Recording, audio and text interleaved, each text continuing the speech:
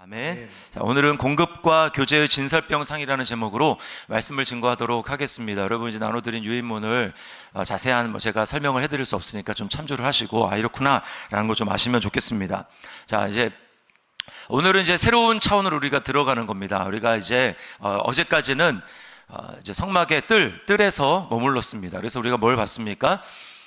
이제 그 휘장이 있었고, 세마포 천이 있었고, 문이 있었고, 거기로 들어갔고, 그 다음에 노제단, 번제단에서 우리가 우리의 죄를 제물에게 전가하고 그 십자가를 의미한다고 했죠. 그리고 예수님의 의가 우리에게로 전가되었다고 했습니다. 그리고 이제 우리가 성령을 받은 사람은 이제 그리스도와 연합이 되어서 우리가 날마다 말씀과 성령으로 죄에서 돌이키는 그런 삶을 살아가야 된다고 했어요. 이제 오늘은 새로운 차원으로 들어가는데 더 깊은 차원으로 성막들이 아니라 커튼을 열고 그 안으로 들어가는 것입니다. 자, 첫 번째 커튼을 젖히고 들어가면 나오는 방을 성소라고 합니다.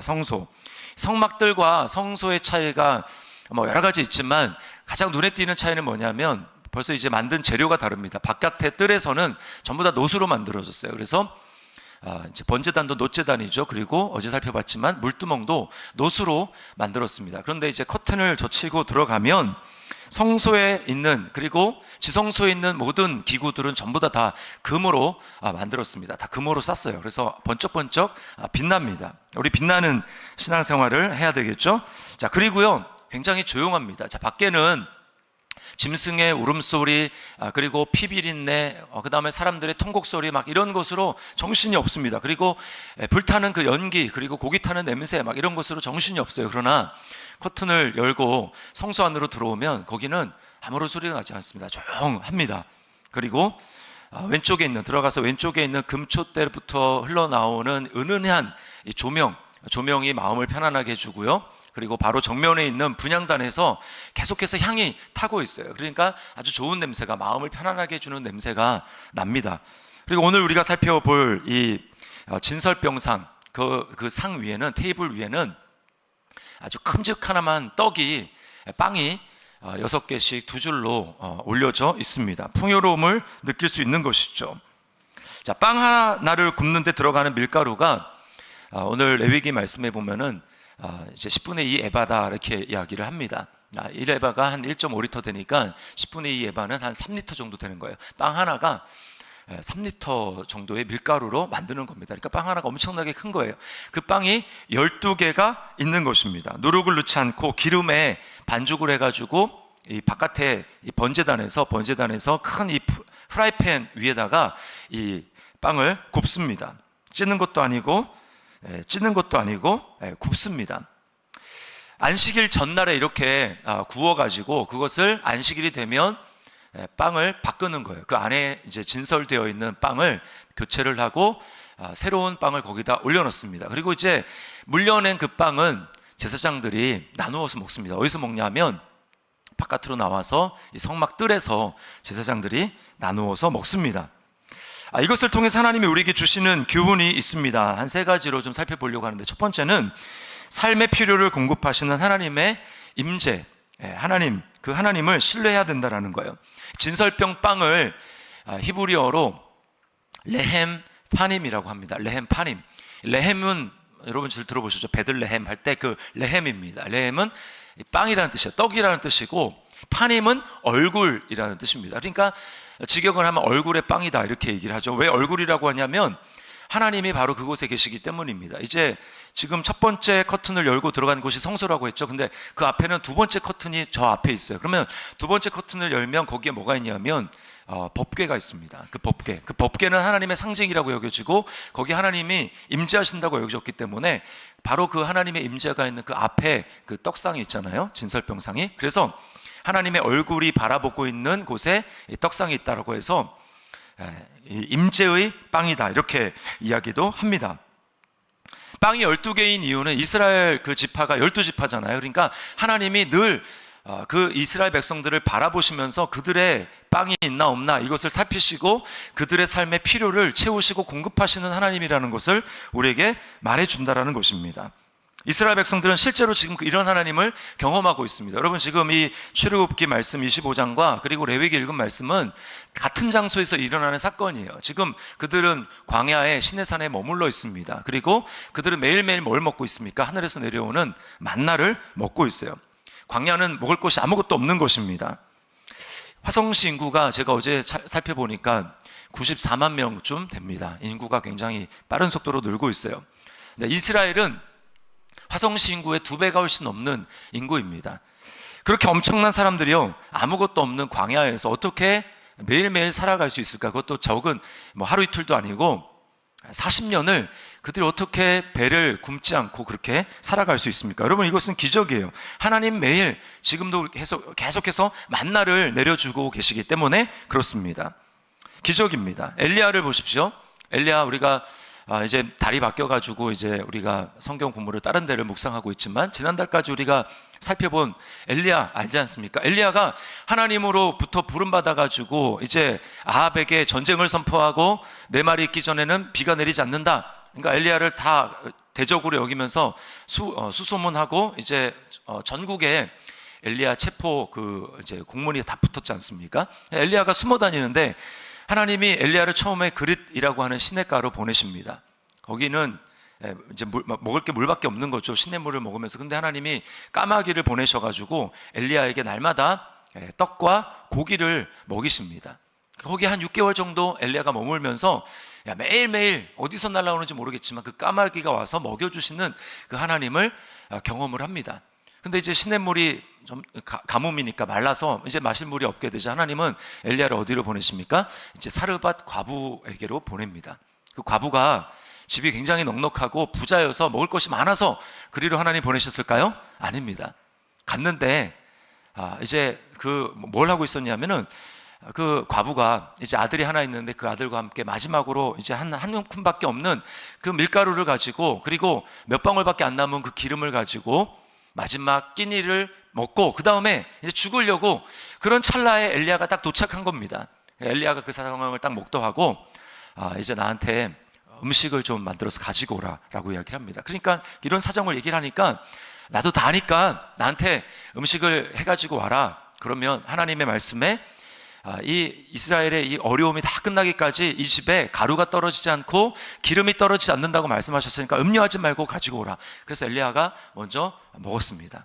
실제로 그리고 어떻게 됐느냐, 그 집이 어려움이, 이스라엘의 기근이 다 없어지기까지 그 집이 다 먹고 마셨어요. 놀라운 하나님의 이 공급하시는 역사, 이런 기적입니다. 여러분, 오늘날도 이런 기적이 일어납니다. 우리 삶 가운데 여러분이 아마 많이 경험하셨을 거예요. 저도 지금까지 제 삶이, 그리고 더시티 사람이 여기까지 오게 된 거는 하나님의 정말 공급하시는 기적 아니면 설명을 할 수가 없습니다. 커먼 센스 페어renting이라는 책을 쓴 켄트와 바바라 이 휴즈 부부가 그런 간증을 합니다. 첫 아이가 태어났을 때 이 켄트라고 하는 이 남자가 신학교를 준비하고 있는 학생이었는데 이 대학생이었어요. 그리고 일주일 내내 공장에서 그 풀타임으로 일을 하고 있는 사람이었다고 합니다.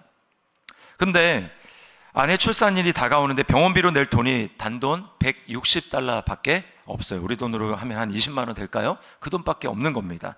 자, 그런데 의사 진료 비용이 $250예요. 그리고 진료 비용뿐만 아니라 병원에서 이제 있어야 되니까, 며칠 있어야 되니까 그 병원비로 낼 돈이 $250, 또 추가적으로 $250라는 것입니다. $500. 근데 자기 수중에는 $160밖에 없어요. 정말 기도밖에 할 것이 없는 것입니다. 그런데 마지막 의사 진료를 받을 때 놀라운 사실을 알게 됐는데, 그게 뭐냐면 신학교에 진학할 계획임을 알고 교육자의 출산비는 무료다라고 하는 사실을 알게 됐습니다. 의사 진료비가 무료예요. 자, 의사 진료비는 무료인데 문제는 무엇입니까? 이제 병원에서 있는 그 기간 동안에 또 할 그 돈이 $250이 또 필요하잖아요. 자, 이제 출산한 그 아기와 함께 아내를 데리고 이제 청구를 하는 게 아니라 이제 비용을 계산하러 갔는데, 우리를 하면 원무과죠. 갔는데 놀라운 일이 벌어졌습니다. 이게 뭐냐면 청구서를 받았는데 그 청구서가 $160인 거예요. $160. 어떻게, 왜 $160이냐, 처음에 $250 그랬더니 당신이 온 날이 한밤중에 왔기 때문에 병원에서 하루를 이렇게 빼줬다고 이렇게 이야기를 하는 것입니다. 그래서 총 160달러를 자기 수중에 있는데 163달러가 있었는데 160달러를 지불을 하고, 하나님은 정확한 분이시잖아요. 그럼 3달러 남는데 3달러는 도대체 뭐지? 라고 했는데 그 3달러로 출산한 아내를 위해서 꽃을 선물했다고 합니다. 여러분, 정말 놀랍지 않습니까? 이게 하나님의 놀라운 공급하시는 은혜, 기도했더니 하나님이 정말 딱 그것을 채워주시는 하나님을 경험하게 된 것이죠. 여러분, 예수 그리스도 안에서 저와 여러분은 하나님의 자녀가 되었습니다. 여러분 믿습니까? 우리 하나님 아버지는 우리 모든 필요를 다 아세요. 그러므로 우리가 믿음으로 하나님 앞에 반응해야 됩니다. 성경이 뭐라고 우리에게 이야기를 합니까? 그러므로 염려하여 이르기를 무엇을 먹을까? 무엇을 마실까? 무엇을 입을까? 하지 말라. 왜요? 이는 다 누가 구하는 것이라? 이방인들이 구하는 것이라. 하나님이 없는 사람, 하나님의 아버지가 아닌 사람들이 구하는 거라고 얘기를 해요. 그럼 하나님은 어떤 하나님입니까? 너희 하늘에 계신 너희 하늘 아버지께서는 너희에게 구해야 할 것이 무엇인지, 있어야 할 것이 무엇인지 아신다. 하나님은 알고 끝나는 분이 아니라 실제로 우리 삶을 채우시고 우리 필요를 채워주시는 하나님인 것을 여러분 믿으시기를 바랍니다. 그러므로 여러분, 이 새벽에 우리가 주님 앞에 그렇게 기도했으면 좋겠어요. 우리의 필요를 채우시는 하나님, 물질적인 필요가 있습니까? 여러분 믿음으로 하나님 앞에 구하십시오. 여러분의 질병이 있습니까? 하나님 앞에 믿음으로 구하십시오. 또 여러분이 하나님으로부터 위로와 격려를 받아야 될 일이 있습니까? 하나님 앞에 구하십시오. 여러분이 무엇을 필요로 하든지 하나님께서는 여러분의 필요를 아시고 우리가 믿음으로 간구한 것에 필요에 응답하는 이 기적의 새벽이 될 줄 믿습니다. 두 번째는 예수 그리스도를 영혼의 양식으로 먹어야 한다는 사실입니다. 여러분, 하나님께서 이스라엘 백성들에게 날마다 만나를 내리신 이유가 뭘까요? 물론 1차적인 목적은 그들이 먹을 것이 없는 지금 광야를 살아가고 있기 때문에 육체의 생명을 연장하는 데 목적이 있습니다. 그러나 단지 그것만 있는 것은 아니에요. 그것을 통해서 날마다 위로부터 내리는 그 만나를 그들이 경험함으로 말미암아 이 만나를 주시는 하나님이 계시는구나, 하나님만 계시면 내 삶은 문제가 없구나, 그러므로 진짜 의지해야 될 분은 하나님이시구나, 하나님 한 분이구나 라고 하는 사실을 그들이 깨닫기를 바랬습니다. 그러나 여러분, 이스라엘 백성들의 문제는 무엇이냐면 지금 있는 그 문제, 거기만 항상 초점이 있는 거예요. 지금 만나가 없는데, 먹을 게 없는데 만나가 내렸다. 그러면 다행이다. 지금 그 상황에만 매몰되어 있는 것입니다. 그러면 문제는 뭐냐면 그 만나가 이제 만나가 아니라 다른 게 없으면 이제 문제가 생기는 거예요. 만나는 해결됐는데 이제는 고기가 없네. 그러면 이제 고기가 문제가 되는 겁니다. 고기 문제 해결되면 일단 물이 없네. 물이 문제가 되는 겁니다. 그래서 없을 때마다 계속 염려하고, 없을 때마다 없는 것 때문에 하나님 앞에 원망하고 불평하고, 그렇게 염려하며 불안한 삶, 믿음의 삶이 아니라 그런 삶을 계속해서 인생 끝날 때까지 그렇게 살아갈 수밖에 없는 거예요. 여러분, 안타깝게도 이스라엘 백성들은 그것을 배우지 못했어요.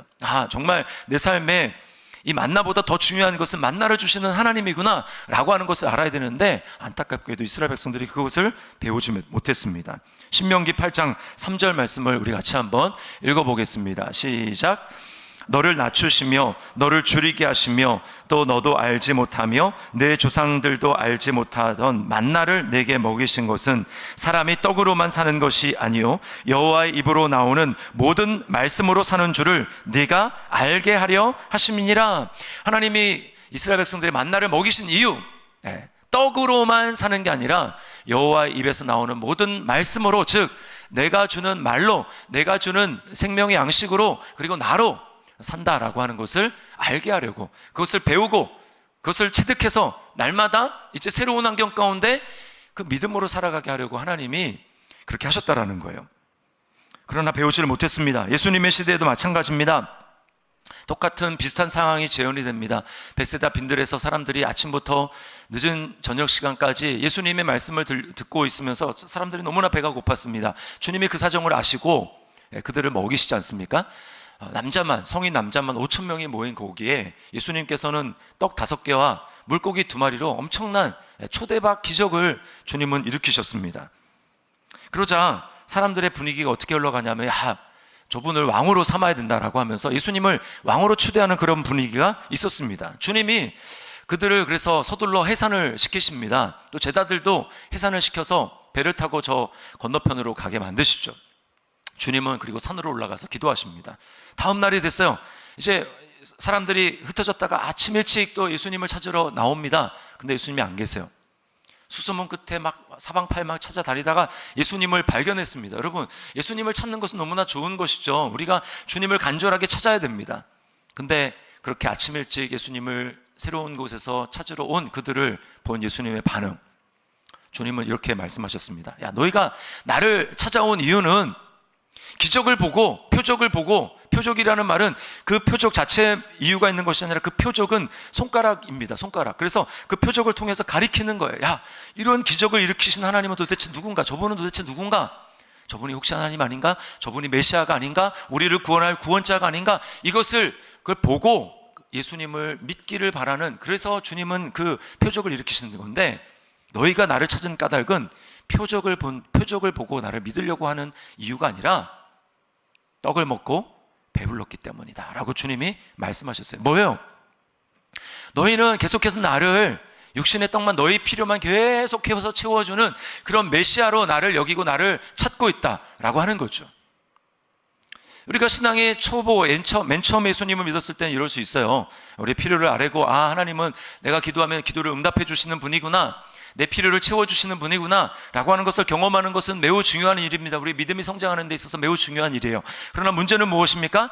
계속해서 거기에 머물러 있어서 하나님이 내 삶의 필요만 채워주시는 그런 하나님, 육신적인 필요만 채워주시는 하나님을 알고, 육신적인 필요를 채워주실 때는 하나님 앞에 기도를 하고, 그렇지 않을 때는 기도를 안 하는 겁니다. 이게 문제인 거죠. 말씀은 관심 없고 떡에만 관심이 있는 것입니다. 여러분, 이 세상을 보십시오. 대부분의 사람들은 떡에만 관심을 기울입니다. 오늘날 이제 수능이 한 10여일 남았지 않습니까? 의대 열풍, 여러분도 다 들으셨을 거예요. 의대 열풍, 과학고 가고 카이스트 가고, 그래서 우리나라의 앞으로의 순수 이 학문과 과학과 이 기술의 미래를 책임져야 될 이 젊은 인재들이 처음에 그렇게 갔다가 나중에 다 하고 내려놓고 의대로 다 간다는 거예요. 의대로. 이게 뭘 보여줍니까? 내 삶을 무엇으로 사명을 향해서 나갈 건가? 사명이 아니라 떡입니다. 떡. 마귀가 사람들을 속이는 거예요. 먹을 양식이 많으면 살 수 있다, 돈이 많으면 살 수 있다, 돈이 많아야 풍족한 삶을 살 수 있고 행복한 삶을 살 수 있다, 이렇게 속이는 것입니다. 그래서 사람들은 전부 다 어떻게 하면 더 양식을 많이 모을 수 있을까? 어떻게 하면 더 떡이 많을 수 있을까? 더 좋은 떡을 먹을 수 있을까? 이것만 궁리하면서 내 삶에 떡이 있어야 된다고 생각하는 거예요. 여러분, 사람들은 먹고 살기 위해서 열심히 애쓰고 일하지만, 여러분, 인생이 보여주는 것, 이스라엘 백성들이 광야에서 보여준 건 뭡니까? 먹고 사는 게 아니라 먹고 죽더라 라고 하는 겁니다. 계속 먹기 위해서 살면 그 육신의 떡은 먹고 사는 게 아니라 먹고 점점 죽음에 가까워지더라, 결국은 죽더라 라고 하는 것입니다. 먹고 살지 못해요. 벌써 10년도 훨씬, 거의 한 20년 가까이 된 일인데, 이건희 씨의 넷째 딸이 26세로 미국에서 유학 중에 스스로 목숨을 끊은 안타까운 일이 있었습니다. 당시 보유한 자산이 2천억이었다고 얘기를 합니다. 뭘 보여줍니까? 떡으로 살 수 없다는 거예요. 우리나라는 이제 선진국에 진입을 했습니다. 예전에 비해서는 엄청난 부유함, 요즘에 먹을 게 없어서 굶어 죽는 사람은 없습니다. 노숙자들도 다 먹고 살 수 있습니다. 그러나 여러분, 오늘날 자살하는 사람이 얼마나 많습니까? 우울증, 공황장애 등 정신질환을 앓는 사람들이 얼마나 많습니까? 건물들마다 보면은 무슨 상담소 해가지고 이 건물에도 있죠. 이 건물에도 9층에 있습니다. 그리고 아이들은 왜 또 이렇게 문제가 많은지요? 왜 이렇게 먹고 살 문제는 해결이 됐는데 정작 떡의 문제는 해결됐지만 그것 가지고 살지 못한다라는 것을 너무나 여실히 보여주고 있는 것입니다. 주님은 이 사실을 분명히 말씀하시면서 이 오병이어 사건으로 자신을 찾은 사람들에게 주님은 이렇게 말씀을 합니다. 요한복음 6장 51절, 55, 56절 우리 같이 한번 읽어보겠습니다. 시작. 나는 하늘에서 내려온 살아있는 떡이니 사람이 이 떡을 먹으면 영생하리라. 내가 줄 떡은 곧 세상의 생명을 위한 내 살이니라. 육신의 떡을 먹어서 사는 것이 아니라 하늘에서 내려온 진짜 살아있는 우리에게 생명을 주는 그 떡을 먹어야 되는데, 그 떡은 바로 예수님 자신이라는 것입니다. 예수님이 이것을 알려주시기 위해서 이 세상에 오셨다라는 거예요. 진짜 생명의 떡으로 이 세상에 오신 분이 예수님이라는 것입니다. 그래서 예수님을 먹으라는 거예요. 예수님을 먹어라. 나를 먹어야 산다. 이 말은 그리스도인들이 예수님을 식인종처럼 예수님의 살과 피를 막 뜯어 먹어야 된다, 이런 뜻이 아니죠. 그리스도께서, 이 말은 그리스도께서 이루신 일을 날마다 믿음으로 반응하며 선포함으로 내 영혼이 예수님으로 말미암아 배부르고 충만하라는 얘기입니다. 예수님으로 말미암아 내 영혼이 배부름 가운데 있는 거예요. 예수님으로 배부르면 나타나는 현상이 뭔지 아십니까? 아까 우리 다락방에서 찬양했잖아요. 후렴 부분, 평화 평화로다. 마음의 평강입니다. 마음의 평안. 평화 평화로다. 하늘 위에서 내려오네. 그 사랑의 물결이 영원토록 내 영혼을 덮으소서. 이러한 평화가 우리 심령 가운데 오늘도 예수님으로 충만할 수 있기를 주님의 이름으로 축원합니다. 평안, 주님이 주시는 평안, 그리고 만족함, 감사, 기쁨, 여러분 이것이 바로 예수님을 먹었을 때 나타나는 일이에요. 여러분, 우리 신앙생활은 지식으로 하는 게 아닙니다. 지식으로 하는 게 아니에요. 오늘 성경 통독 순서에 맞춰가지고 오늘 한 3장, 5장 읽었습니다. 아니면 한 권 전체 다 읽었어요. 오늘 내가 이렇게 읽었구나. 그냥 읽은 것 자체로 뿌듯하다. 여러분, 이것은 먹은 게 아닙니다. 이건 먹은 게 아니에요. 거기에 믿음을 실어서 반응을 해야 되고 믿음으로 선포해야 하는 것입니다. 그래서 내가 오늘 말씀을 묵상함으로, 예수님을 묵상함으로 나의 마음이 그래서 기쁨이 있는가? 내 마음에 하나님이 주시는 평안이 있는가? 방금 전까지만 해도 불안하고 염려가 있었는데 이제 말씀을 묵상하고 그 말씀을 내가 믿음으로 내가 먹었더니, 예수님을 먹었더니 그래서 내게 힘이 나고 내게 능력이 있고 세상을 살아낼 수 있는 하나님으로부터 능력을 받아서 살 수 있는 에너지가 생겼는가? 이거예요. 이게 먹은 겁니다. 먹은 거. 우리가 원칙상으로는 이미 예수 그리스도 안에 있습니다. 여러분 믿습니까? 원칙상으로 그래요. 원칙상으로. 우리 영혼이 어디 있습니까? 우리 영혼은 지금 우리가 예수님과 연합됐다 그랬잖아요. 예수님을 믿는 순간 예수님과 연합이 되었기 때문에, 예수님과 연결이 되었기 때문에 예수님은 머리고 우리는 그의 지체 아닙니까? 연결이 된 거예요. 그래서 예수님은 지금 하나님 보좌 우편에 앉아 계십니다. 성경은 그래서 우리 보고 뭐라고 했냐면, 너희의 영적인 실존은 몸은 지금 이 땅에 있지만 너희의 실존은 지금 그리스도와 함께 하늘에 앉힌 존재가 되었다라고 말씀을 합니다. 그런데 몸은 뭐예요? 몸은 이 땅에 있어요. 그래서 우리에게 필요한 게, 제가 매 주일마다 여러분에게 예배 부름할 때 말씀을 선포하는 거 있지 않습니까? 우리가 몸을 이 땅에 있기 때문에 우리에게 필요한 게 뭐예요? 믿음이에요. 믿음. 떨어져 있어요. 그래서 우리로 하여금 예수님이 자신을 기억하면서 나와 연합되어 있다는 것을 늘 기억할 수 있도록 주신 방편이 뭐냐? 그게 바로 성령입니다. 예수님의 영이에요. 예수님의 영이 우리 안에 있기 때문에 예수님은 그곳에 계셔도 우리 안에 계시는 성령으로 말미암아 우리가 주님의 말씀을 묵상하고 예수님이 나를 위해서 하신 그 십자가에서 이루신 그 일을 우리가 묵상하고 믿음으로 선포하게 될 때, 우리가 주님은 그곳에 계시지만 나는 몸은 이 땅에 있지만 영혼으로 주님과 연합되어서, 내가 예수님과 연합되어 있구나, 이 땅에 있지만 나는 하나님 나라에 주님과 함께 있는 거구나 라고 하는 것을 우리가 생생하게 경험할 수 있는 이유는 무엇이냐? 우리에게 성령을 주셨기 때문에, 우리에게 하나님의 영을 주셨기 때문에, 예수님의 영을 주셨기 때문에 가능한 일이라는 것입니다. 그러므로 우리가 어떻게 하라는 것입니까? 우리가 날마다 성령으로 말미암아 말씀을 통해서 이 땅에 있는 것을 묵상하는 것이 아니라 내가 지금 영원히 하나님 나라에 있는 예수님, 하나님 보좌 우편에 앉아 계시는 예수님, 거기와 내가 연합되어 있다는 사실을 기억하며 그것을 나의 실존으로 여겨야 된다는 거예요. 그것이 성경이 우리에게 요청하는 것입니다. 골로새서 3장 2절과 3절 말씀을 우리 같이 한번 읽어보겠습니다. 같이 읽습니다. 시작. 위의 것을 생각하고 땅의 것을 생각하지 말라. 이는 너희가 죽었고 너희 생명이 그리스도와 함께 하나님 안에 감추어졌습니다. 아멘. 너희 생명이 그리스도와 함께 하나님 안에 감추어졌습니다. 그러나 우리는 육신을 입고 내가 날마다 성령으로 또 날마다 말씀으로 내가 예수님을 먹지 않으면 우리는 자동적으로 어떻게 됩니까? 그거 생각하지 못해요. 내 생명이, 진짜 생명은 예수님과 함께 지금 하나님 보좌 우편에 있는데, 그렇게 믿음으로 살아가야 되는데 어때요? 그게 희미해지는 거예요. 그게 희미해지니까 눈에 보이는 것에 따라 살아갑니다. 통장에 잔고가 줄어들면 이번 또 어떻게 살지 염려하고, 내게 질병이 찾아오면 이러다 죽는 거 아닌가? 라는 이 두려움이 찾아오고, 자녀가 좀 원하는 계획대로 좀 대학에 못 들어갔어요. 떨어질 수도 있죠.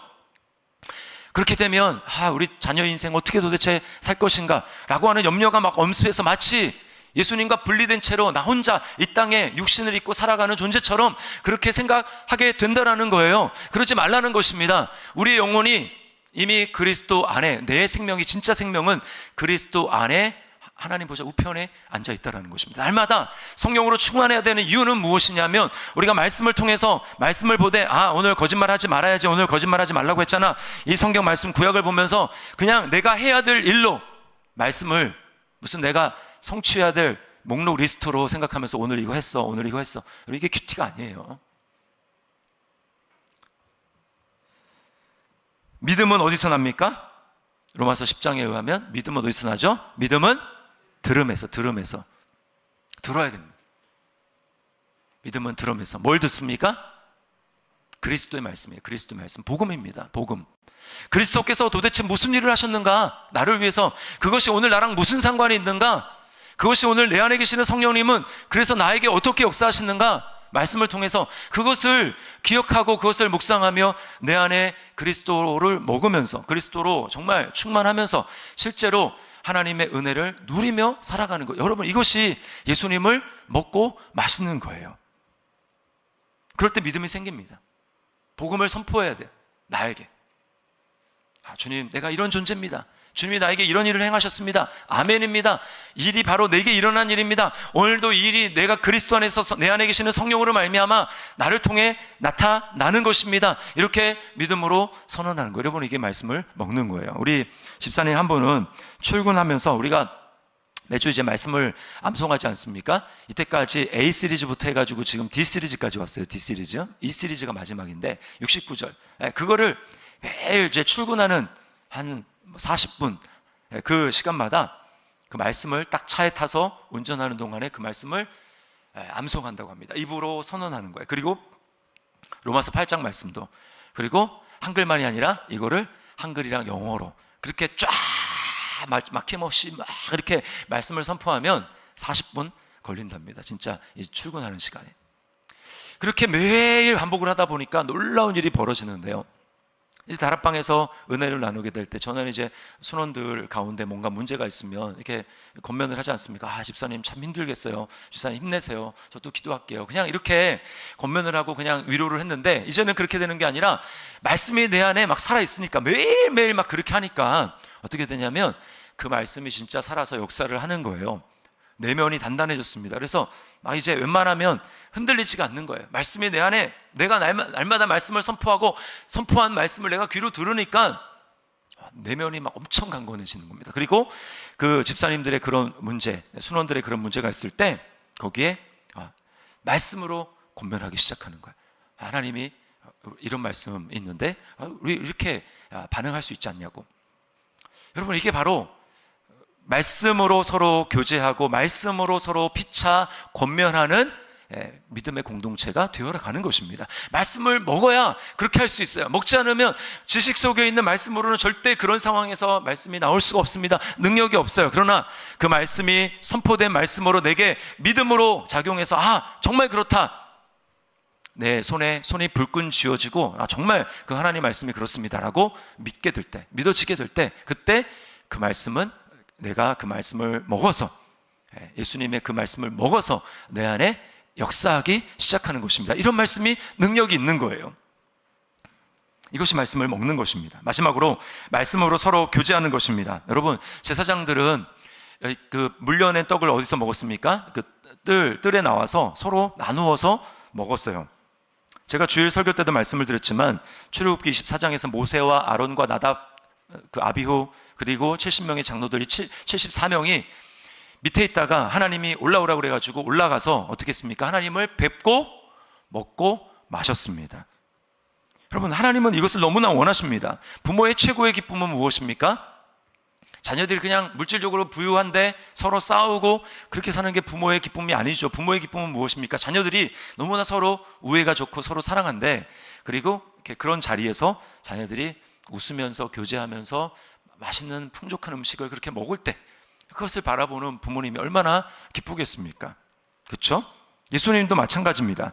예수님은 공생애로 사실 때, 이 땅에 사실 때 제자들과 함께 먹고 마시는 일을 하셨습니다. 십자가를 지시기 전날에 주님이 마지막 만찬 때 예수님의 몸을 상징하는 떡을 그들에게 주셨습니다. 그러면서 먹고 마셔라, 이렇게 말씀을 하셨죠. 주님이 승천하신 이후에 성령이 성도들에게 임하신 다음에도 동일한 역사가 일어났습니다. 예수를 믿은 사람들도 구약의 제사장들처럼 또 예수님과 제자들이 하듯이 똑같이 그들이 교제의 떡을 먹고 교제의 음료를 마셨습니다. 사도행전 2장 40절부터 42절 말씀 한번 같이 읽겠습니다. 시작. 너희가 이 패역한 세대에서 구원을 받으라 하니 그 말을 받은 사람들은 세례를 받음에 이날에 신도의 수가 3,000이나 더하더라. 그들이 사도의 가르침을 받아 서로 교제하고 떡을 떼며 오로지 기도하기를 힘쓰니라. 여러분, 이게 바로 예수님을 믿고 예수님과 연합된 사람들 안에 일어나는 일입니다. 떡을 떼며 서로 교제하는 거예요. 왜 이렇게 합니까? 개인주의 시대에 번거롭게 꼭 이럴 필요가 있습니까? 우리는 예수님을 믿고 하나님을 아버지라고 부르는 순간 하나님을 아버지라고 부르는 나뿐만 아니라 수많은 사람들이 있다는 것을 발견합니다. 저 사람도 하나님을 아버지라고 부르네, 나도 하나님을 아버지라고 부르는데 같은 아버지를 아버지라고 부르니까 뭡니까? 서로는 우리가 형제요 자매가 되는 거예요. 전에는 육신의 가족이 내 가족의 전부였지만 이제 예수님을 믿음으로 말미암아 하나님을 아버지라고 부르는 순간 어떻습니까? 육신의 가족보다 더 큰 영원한 가족이 우리에게 생긴 거예요. 그래서 교제하기 시작하는 것입니다. 제가 엊그제 말했죠. 우리는 새로운 피조물, 새로운 존재가 되었습니다. 우리에게 진짜 가족은 육신의 가족이 아닙니다. 우리에게 진짜 가족은 영적인 가족이에요. 왜요? 성경에서 육신의 아버지를 아버지라고 부르지 말라. 너의 아버지는 하늘에 계신 너의 아버지 한 분밖에 없다. 그게 뭐예요? 우리에게 진짜 중요한 것은 100년도 안 되는 이 세상에서 짧은 삶을 산 이후에 진짜 영원한 삶이 펼쳐지는데 그때 우리 진짜 가족이 드러나는 것 아닙니까? 그때 지금 우리 연습하는 거예요, 우리가. 우리 진짜 가족은 예수님 안에서 예수님의 피로 구원받고 하나님의 자녀가. 그래서 우리의 존재가 부모로부터 물려받은 성이 아니라 엊그저께 제가 말했죠? 우리 성 바꿔야 된다고. 예시성으로 여러분 다 바꾸셨습니까? 우리 다 성이 바꿨어요. 그런 새로운 존재가 됐기 때문에 이제 그리스도 안에서 믿음의 형제 자매의 교제를 나누기 시작하는 것입니다. 자신의 삶을 오픈하고 또 가정도 오픈하고 그래서 모이면서 함께 영원히 하나님 나라의 가족으로 살아가는 연습과 훈련을 하는 거예요. 용납하고 어려움이 있어도 나와 안 맞는 점이 있어도 못마땅한 점이 있어도 그걸 용납하고 그렇게 살아가는 것입니다. 서로 교제하는 거예요. 요한일서 1장 3절 말씀을 같이 한번 보겠습니다. 시작.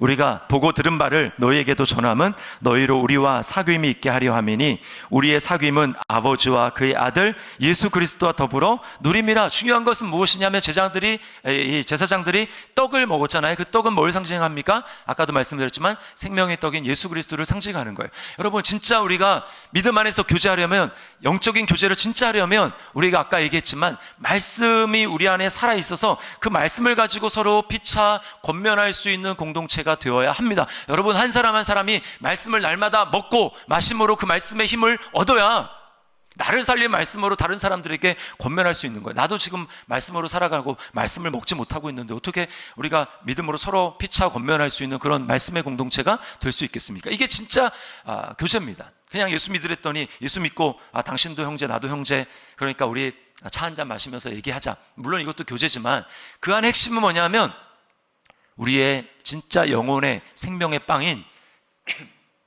예수 그리스도가 나누어지고 있는 거예요. 예수 그리스도를 만난 간증, 예수 그리스도가 나에게 어떤 지금 에너지를 주고 계시고 예수 그리스도가 내 삶 가운데 지금 어떻게 역사하고 계시는지, 나는 그분으로 말미암아 그분을 어떻게 먹고 살아가고 있는지 그것을 나누는 것입니다. 이게 바로 오늘 제사장들이 했던 일이고 예수님 시대에 예수님의 제자들과 예수님이 했던 일이고 성령을 받은 오순절에 성령을 받은 초대교회 성도들이 했던 일이고 지금 우리가 해야 될 일이라는 거예요. 그렇게 할 때요, 우리가 믿음 안에서 공동체 안에서 말씀을 나누게 될 때 성경이 살아있는 말씀으로 또 새롭게 하나님을 경험할 수 있는 새 장이 열리는 것입니다. 공동체가 없습니까? 그러면 말씀을 실천할 장이 없는 거예요. 말씀을 먹고 마신 것을 나눌 수 있는 장이 없어지는 것입니다.